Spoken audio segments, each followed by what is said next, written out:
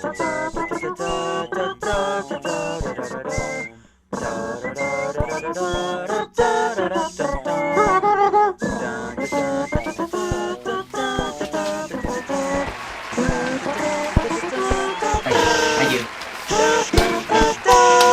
Hi. Welcome to Below the Cap News. I am Ryan Platsky, and these are your week's top stories.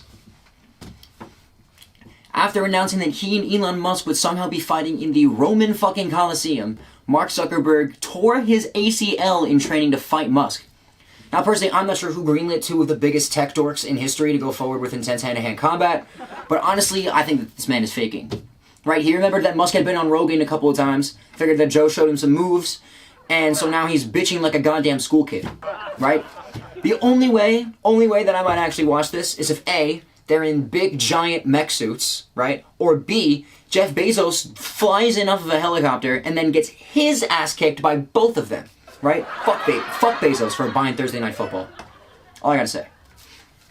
Earlier this week was the 10th anniversary of Bat Kid Miles Scott. Y'all remember him, right? Yeah? He is now healthy and cancer-free.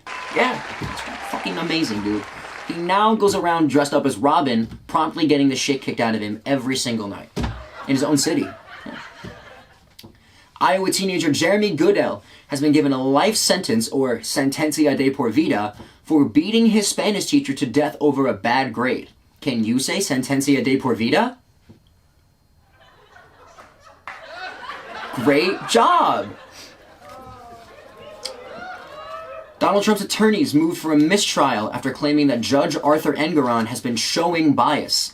This comes after Trump has already been given a gag order during the trial, which, if you ask me, giving Trump a gag order is like sending Deshaun Watson to Sweden and expecting him not to try to get a massage. Right? Which is ineffective. Speaking of, Cleveland Browns quarterback Deshaun Watson is now out for the season with a shoulder injury, and he will be receiving surgery soon.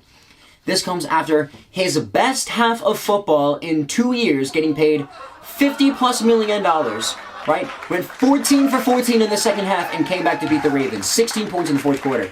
I don't know how the fuck they did that. And the worst part out of all of it, in my opinion, is that the Browns already had Josh Dobbs on their roster multiple times. And now he's the feel-good story of this entire season. And now they have, I don't even know who the fuck their backup is. PJ Walker, they're chalked. They're chalked. Their whole season's fucked. Another quarterback who is also out for the season is Cincinnati Bengals' Joe Burrow. He suffered a torn ligament in the wrist of his throwing hand, so now, at least for this season, guys no longer have to worry about their girlfriends daydreaming of Joe Shiesty finger-banging them while she uses her vibrator after bad sex while the men are asleep. So guys, you're good. At least this season. Joe Cool's going to be back next year. Warriors forward Draymond Green has been suspended 5 games for putting Rudy Gobert in a headlock after Gobert went after Green's teammate Klay Thompson in an altercation that he had with Jaden McDaniels from the Minnesota Timberwolves. Now, I'm not sure which is funnier to me, the face that Karl Anthony Towns is making during this, because he's literally one of the least aggressive people in the NBA, and you know that that's fucking fake. Or that the score, it was the first quarter, and the score was 0-0 when this whole fucking fight broke out. Right? Steve Kerr saying that Draymond has to find a way to not cross the line, but bro, too late. Right? Multiple chase down beatings, headlocks, nut kicking, stepping on Sabonis. The Warriors are now starting to realize that Draymond Green is just a Lecoq-sucking menace, and good for them. Carson Wentz has just been signed by the Los Angeles Rams after their starting quarterback Matt Stafford is out for the season. Wentz has already collected the Time Stone from Philly, the Reality Stone from the Washington Commanders, the Space Stone from the Indianapolis Colts, and is now seeking the Mind Stone in Los Angeles. Rumors speculate that Wentz will look for the Soul Stone in Chicago or the Power Stone in Minnesota in the upcoming free agency. Michigan head football coach Jim Harbaugh has been suspended for 3 games for sign-stealing other teams' plays. The crazy thing about this whole scandal is this guy, Connor Stalions. Long-time, lifelong Michigan football fan. And when he got the job as a coach, he literally was disguising himself as other teams' coaches and feeding information back to the sideline. Now, I don't know why Harbaugh, I get he's been getting a lot of shit about the success that they have, they haven't won a title, whatever. But after an undefeated start, it turns out that he's been just sending a spy to the other sideline to help them win is just astounding to me. You know who doesn't have to do that? Is John. You know why? Because he's got big trust in his players. Woo woo. MVP. Yeah.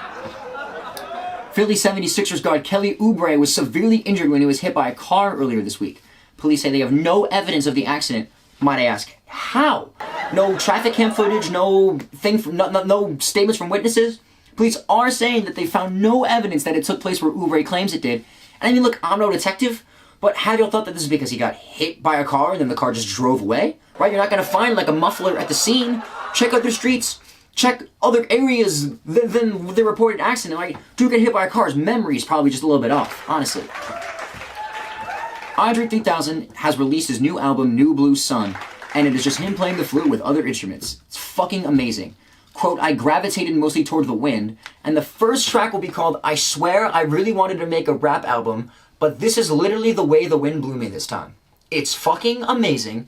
I listened to it last night, and I had the best sleep of my life. But more than anything else, all of that, I just need to hit once whatever Andre 3000 is smoking, because he has clearly another mind level than the rest of the human race. I need that. The SAG-AFTRA strike has ended, with a deal reached between both the Guild and the studios, led by Guild President Fran Drescher, who said, I dedicated this push in valiant effort by my fellow actors on behalf of my sweet Chandler Bing. I can't do the Fran voice, but that's as best I can do it. Should have been winner of Sexiest Man Alive, Pedro Pascal has been cast as Reed Richards in Marvel's upcoming Fantastic Four. Director Matt Shakman said that he gained inspiration for the movie by directing 43 episodes of It's Always Sunny in Philadelphia. And if that means that we get Danny DeVito as Mole Man, then I'm sold. Then I'm all for it. That would be the best casting ever, in my opinion. Willie Nelson, Sheryl Crow, and Missy Elliott all became inducted into the Rock and Roll Hall of Fame. And at this point, they should just change it to the Music Hall of Fame, because whoever is on this selection committee clearly just has a black roommate or a black girlfriend or something. Especially if they inducted NWA. I love them. They're not rock, so just change it to music. You know what I mean? Like, that just makes no sense to me. YouTuber Tasha K said that she once walked into the dressing room of Dwayne Martin to find him having anal sex with Will Smith. This comes days after Sony Pictures announces Will Smith's new movie, Men in From Back. Now, I have no idea if this is even true or not, but all I know is that if it is, 7 pounds is going to have a whole new meaning to a whole lot of other people. Also, Jada Pinkett said that we're suing. Bitch, who is we? Who is we? Right? You and Will haven't been together in like 10 years, and I know you like to talk about it a lot. Tupac is dead, so I don't know who you're suing with, but it's not either of them. Whatever. Warner Brothers is under investigation for scrapping movies such as Batgirl and Coyote vs. Acme to receive tax breaks. Quote, it's like burning down a building for the insurance money. Okay, but if they're still putting out movies like Flash and The Meg 2, which are shit, why can't you actually just put out the good ones? Right? I saw something about Wile E. Coyote being the best animated movie since Roger Rabbit. It's like, what the fuck are you guys doing? Clearly you just don't want to make any actual fucking money, which further proves that Hollywood is just shit and just corrupt. Fuck that. Top 5 baddest bitch on planet Earth, SZA, became the most nominated artist at this year's Grammys with 9 total nominations. There's no joke to be made here, right? Unless your boyfriend doesn't listen to SZA. Because in that case, your man's and the relationship that you have with him is the joke in and of itself. So, yeah, self-reflection. The Marvels only brought in $110.3 million on its opening weekend, making it the MCU's lowest opening ever. Now, look, I saw this. Is it great? No. Literally has the same plot as Spaceballs, right? Ragtag group of people gets together to stop an evil tyrant from sucking the air out of other planets to save their own. But is it deserving of the lowest totem pole in the MCU? No. That's Thor 2. Fuck Thor 2. Fuck that movie.